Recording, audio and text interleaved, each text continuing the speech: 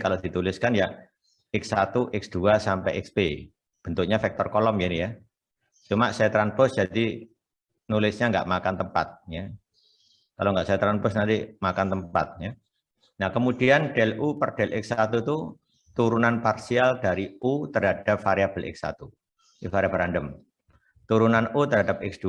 Kalau turunan-turunan pertama ini saya taruh dalam bentuk matrik vektor, maka ini adalah definisi del U per del X. Kalau X-nya berbentuk vektor, maka hasilnya juga berbentuk vektor. Jadi del U per del X berbentuk vektor.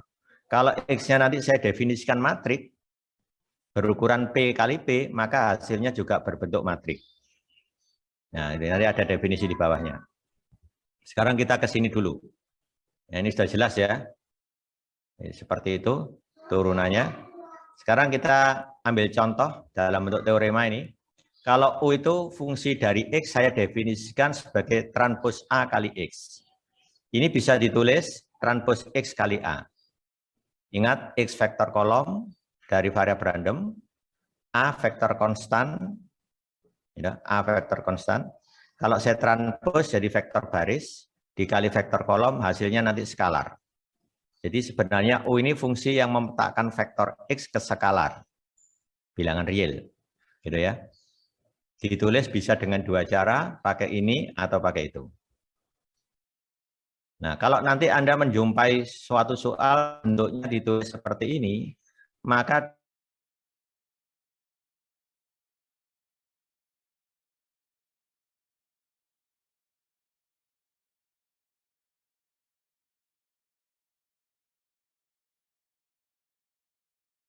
kalau dituliskan ya X1, X2 sampai XP.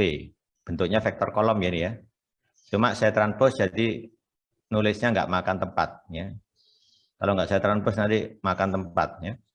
Nah, kemudian del U per del X1 itu turunan parsial dari U terhadap variabel X1. Ini variabel random. Turunan U terhadap X2.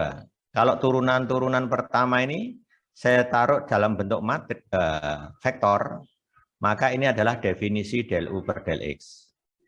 Kalau X-nya berbentuk vektor, maka hasilnya juga berbentuk vektor.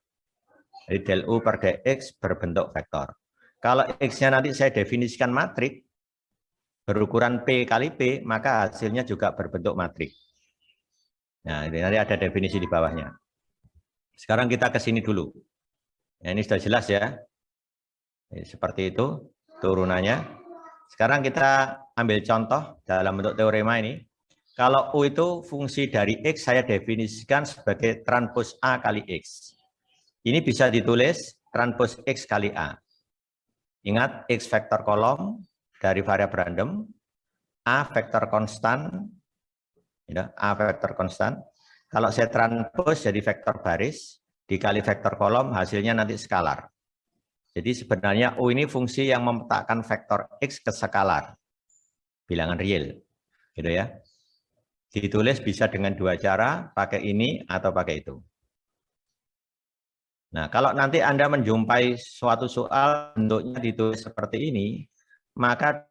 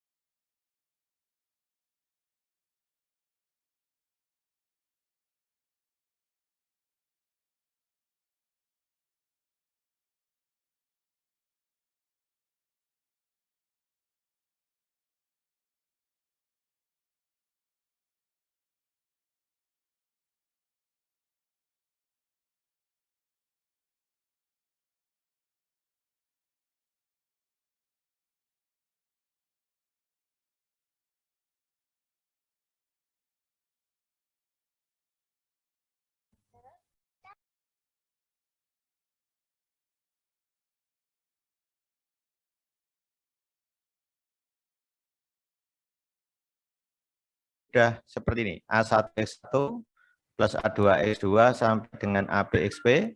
Kalau ini saya turunkan X1, maka hasilnya A1. Kalau saya turunkan terhadap X2, maka hasilnya A2. Ya kan? Terhadap XP hasilnya AB. Nah, kalau masing-masing turunannya tadi itu saya taruh di dalam bentuk vektor, ini tidak lain definisi dari del U per del X. Ternyata hasilnya A1, A2 sampai AB ini adalah vektor A. Itu buktinya ya. Paham ya? Jadi seperti itu. Nah, nanti ini kita pakai ini teorema ini. A transpos X diturunkan terhadap X, itu hasilnya tidak lain A. Jadi seperti transpos dari transpos A. Ya. Nah. Sekarang kita lanjut. Kalau sekarang U-nya saya definisikan sebagai bentuk kuadratik, ini sama. Fungsi U ini memetakan vektor X bilangan real.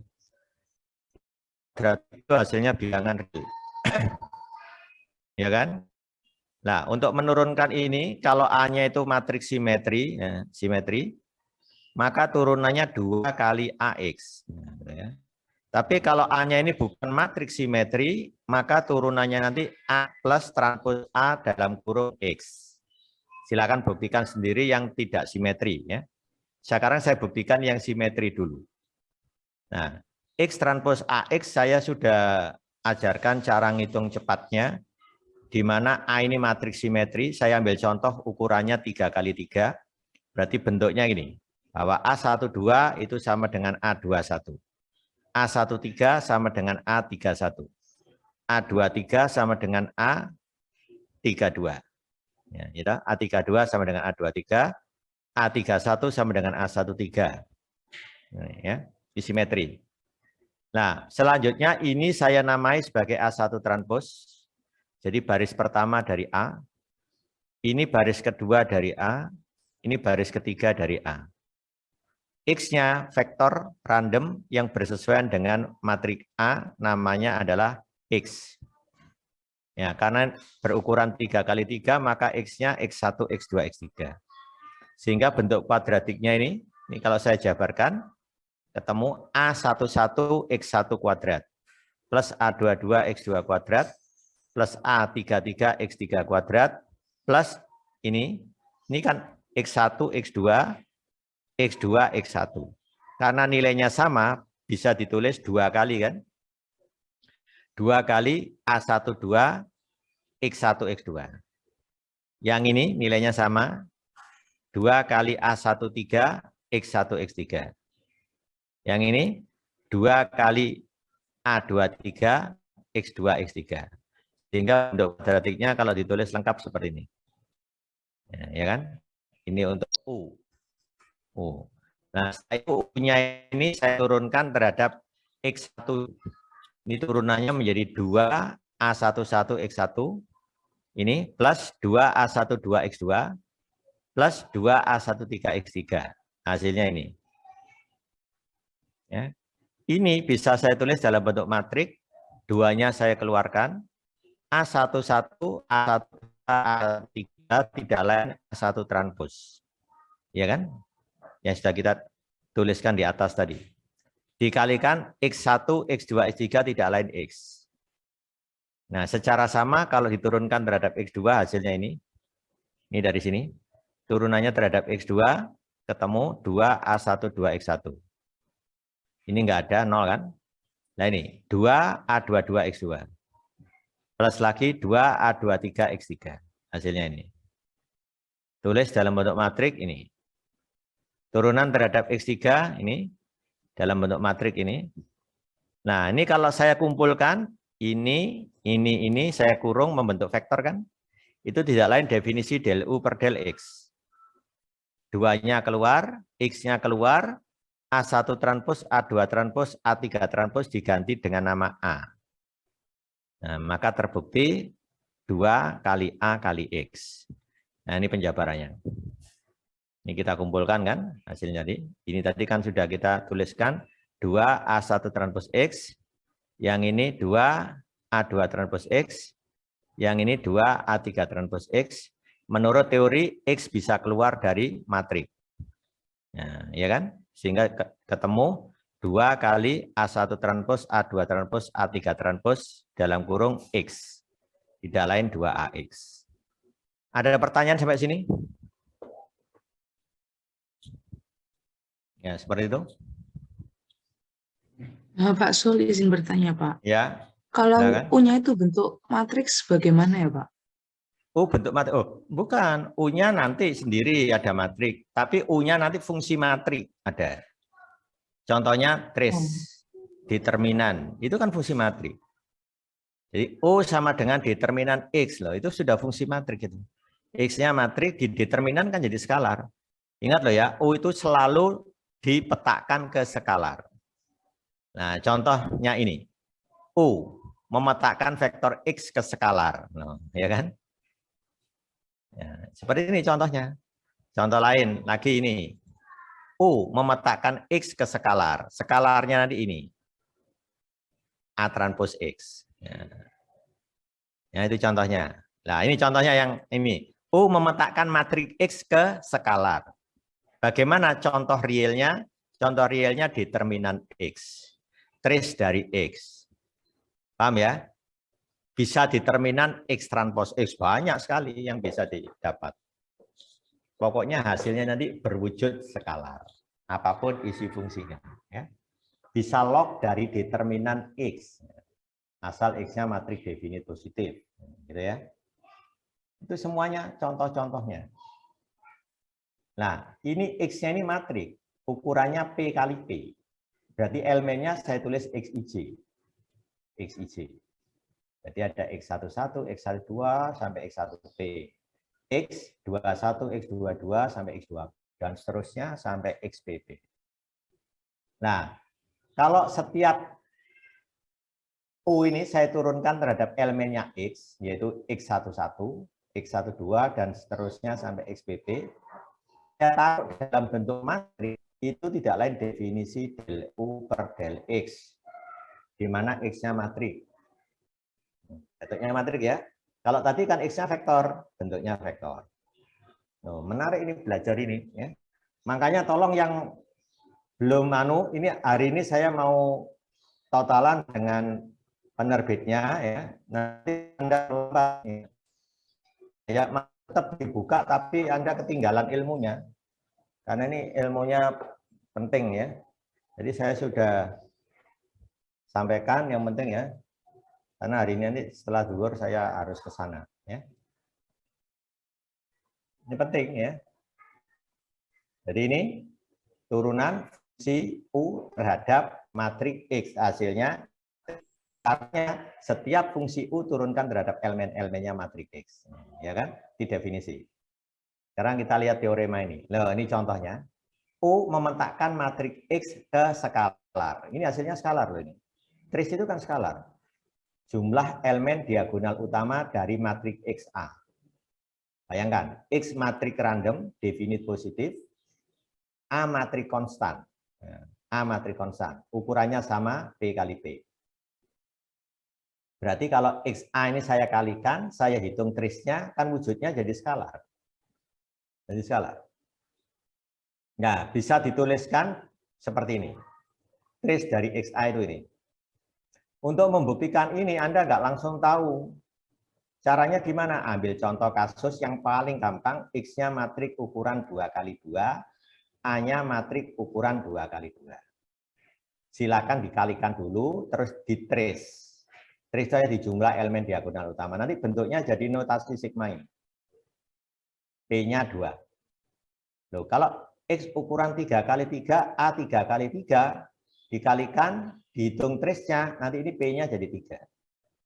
Nah, ini cara bacanya, kalau I-nya 1, J-nya bergerak 1 sampai 3. Hanya 3 ya. Jadi nanti yang muncul X11, A11, plus X12, A21, plus A13, A31. Begitu. Baru plus I-nya 2 sekarang. X21, A12. Plus X22, A22. Ya. Plus lagi X berapa? 2, 3, A32. Gitu. Nanti ini diperoleh dengan cara mencoba di kertas dulu, nggak langsung. Nah, kalau sudah hafal silakan. Ini X kali A, X-nya yang saya dulukan nulisnya. Sebenarnya dibolak-balik nggak masalah. Saya tulis begini tuh ngikuti polanya ini loh, X kali A. Jadi X-nya saya dulukan baru A. Jadi XIJ kali AJI dijumlah. Khusus kalau simetri, matriks X-nya simetri, berarti XIJ sama dengan XJI kan? Maka turunannya terhadap XIJ itu sama dengan AJI plus AIJ. Ketika I dan J-nya sama, loh ini I dan J sama kan? Maka kalau diturunkan terhadap XII, hasilnya AII, elemen diagonal utamanya. AII. Ini bisa dibuktikan, memperoleh ini sama ini. Nah, nanti kalau sudah dapat elemen-elemennya, ya kan, taruh dalam bentuk per elemen tadi, del U per del X11, del U per del X12, gitu ya, sampai del U per del X1P. Nanti akan terbentuk suatu matriks utuh. Nah, matriks utuh itu bisa dipecah jadi 3 komponen. Nah, bisa buktikan. Saya ambil contoh membuktikan ini dengan menggunakan sampel ukurannya 2x2. Karena kalau 3x3 terlalu lama ngetiknya. Ya. Oke, mudah-mudahan saya simpan ini. Kuliah online.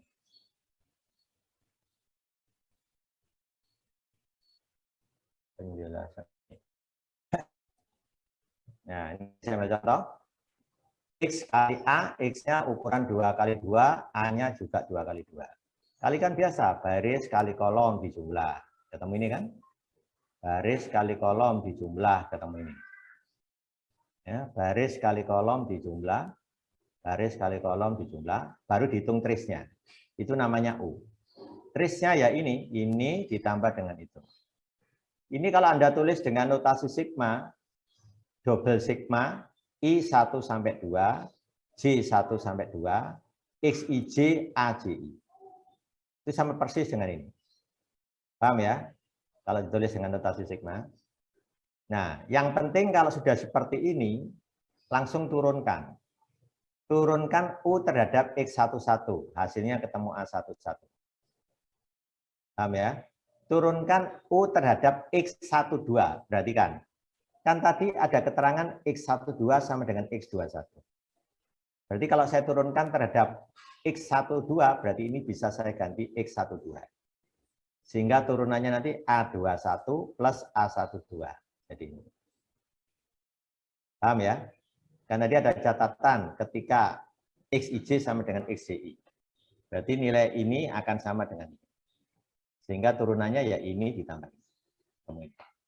Sekarang turunannya terhadap X21. X21 itu posisinya ada di baris pertama kolom kedua. Berarti yang ini yang saya ganti X21.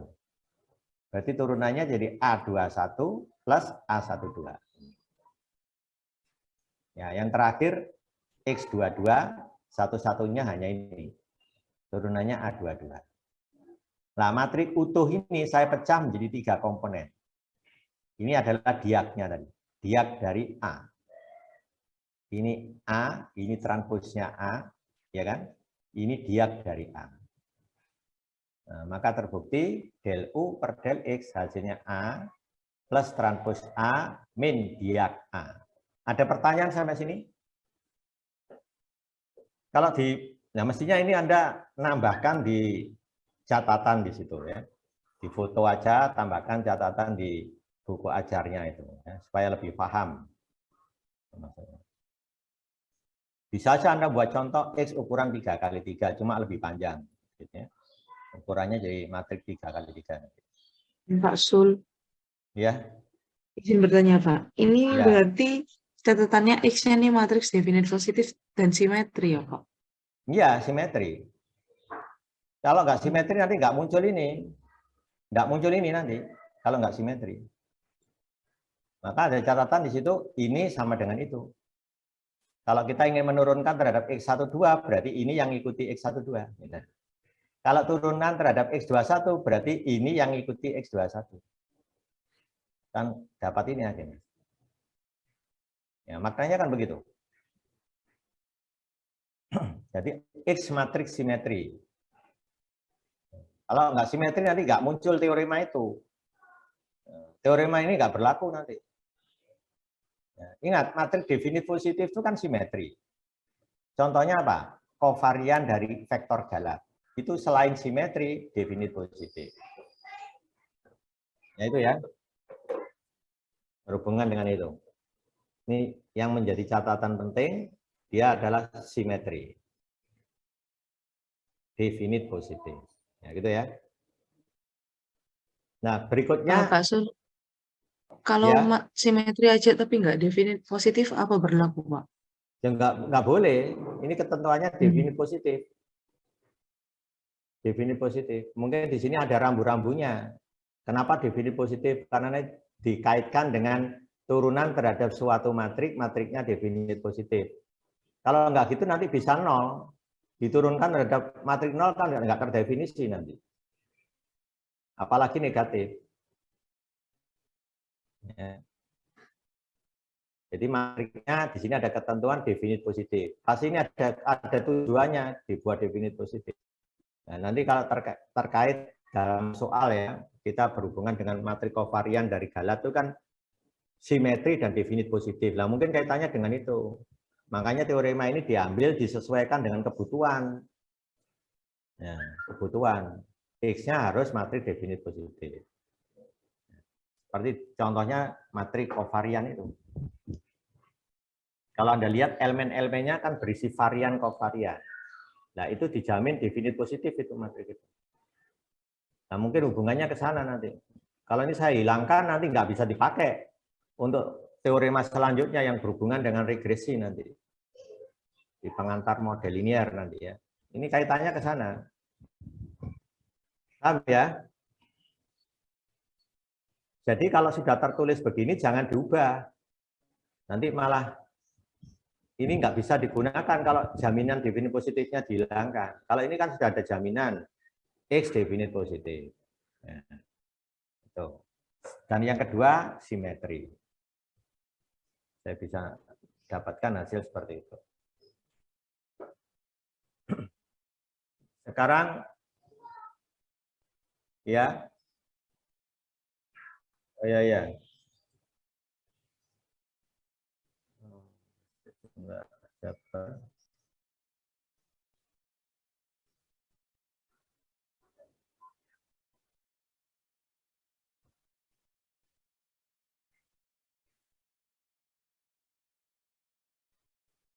Ya, jadi yang berikutnya ini.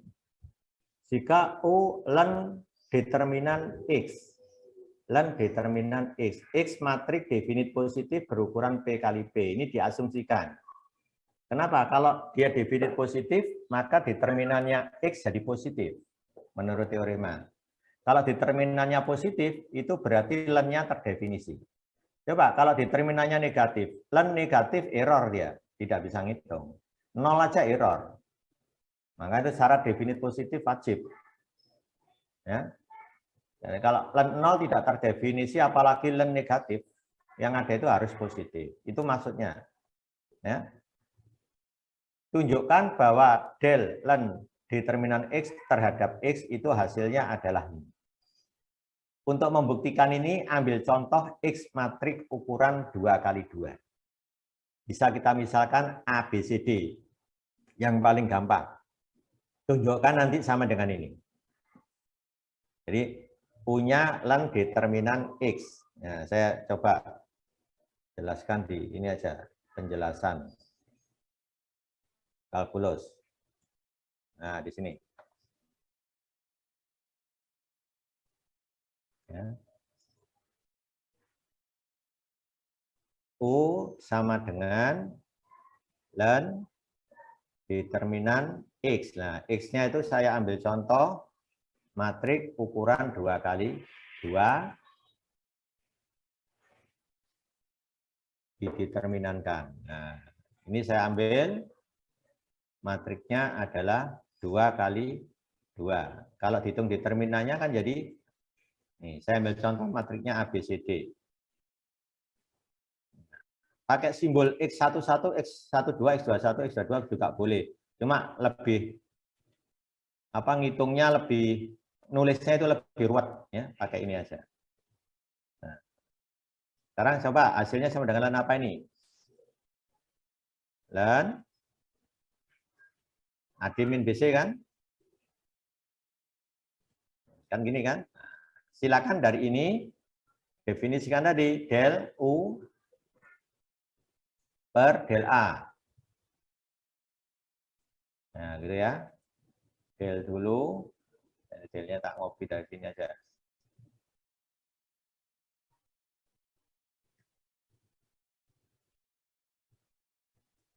Del U per del A. A-nya tipis, miring. Nah, elemennya ya. Del U per del A. Berarti ini nggak perlu.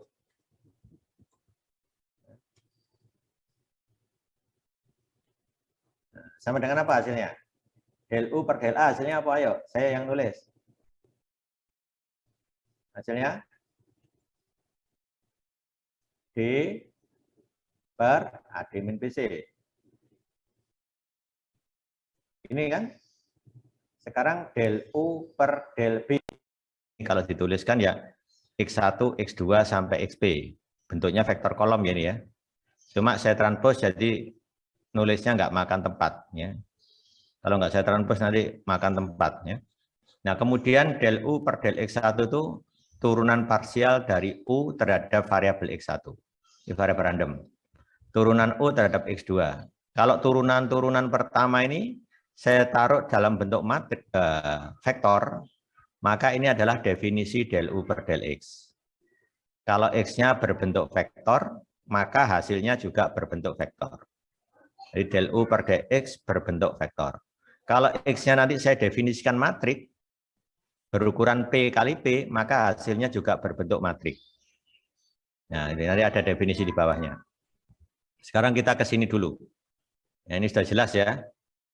Seperti itu turunannya. Sekarang kita ambil contoh dalam bentuk teorema ini. Kalau U itu fungsi dari X, saya definisikan sebagai transpos A kali X.